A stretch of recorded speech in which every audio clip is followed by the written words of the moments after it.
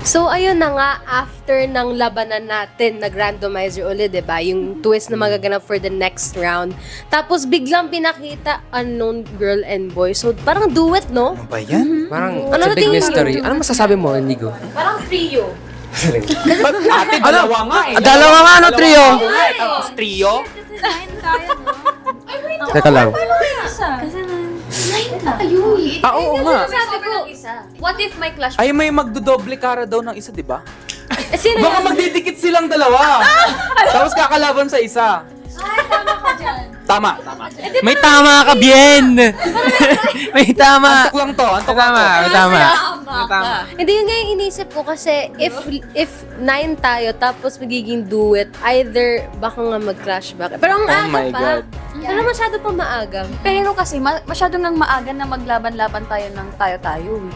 So, Oo. sa totoo lang. Totoo lang. Pero guys, sana madagdagan pa yung top 9 para di ba para happy-happy, di ba? Kahit man lang top 10, ano? Gawing 24 ulit ba? Kayo guys, anong nafe-feel nyo dun sa randomizer, Dadagdagan ng isa. guys? Chloe. Hindi ko alam ano i-expect ko kasi halos sa mga nahula, wala naman tumatama. So, hindi ko din alam anong masasabi ko. Basta, expect na lang. And whatever happens. Happens. Ala? How about you, Violet? Anong naisip mo? I don't know. It's because like here in the Clash, there are so many like. Ay, sige na nga.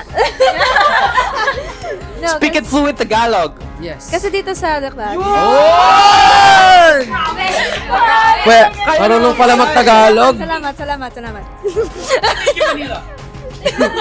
Okay. No, kasi dito sa The Clash, kailangan talaga na mag-expect tayo ng mga, expect the unexpected nga. Like, ang daming twists, ang daming turns. Lahat nga ng, like, hula natin, I'm pretty sure, dun sa first tsaka second round, hindi natin in-expect. Yeah.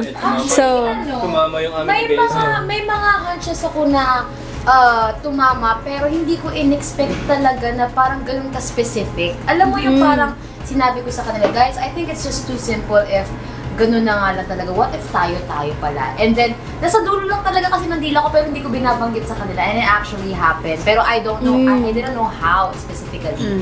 Pero nung nalaman ko, grabe ang sakit sa ulo. Parang Grabe, naalala ko talaga yung una tayong naglaban, tapos si Martin and Donnie nagtapat. Tapos nalaman ko talaga na tayong dalawa, namutla ako ng sobra. legit. Sabi niya, Hindi naman ako ganyan. Hindi naman ganyan. Hindi, alam mo yung... Na ganun lang ako.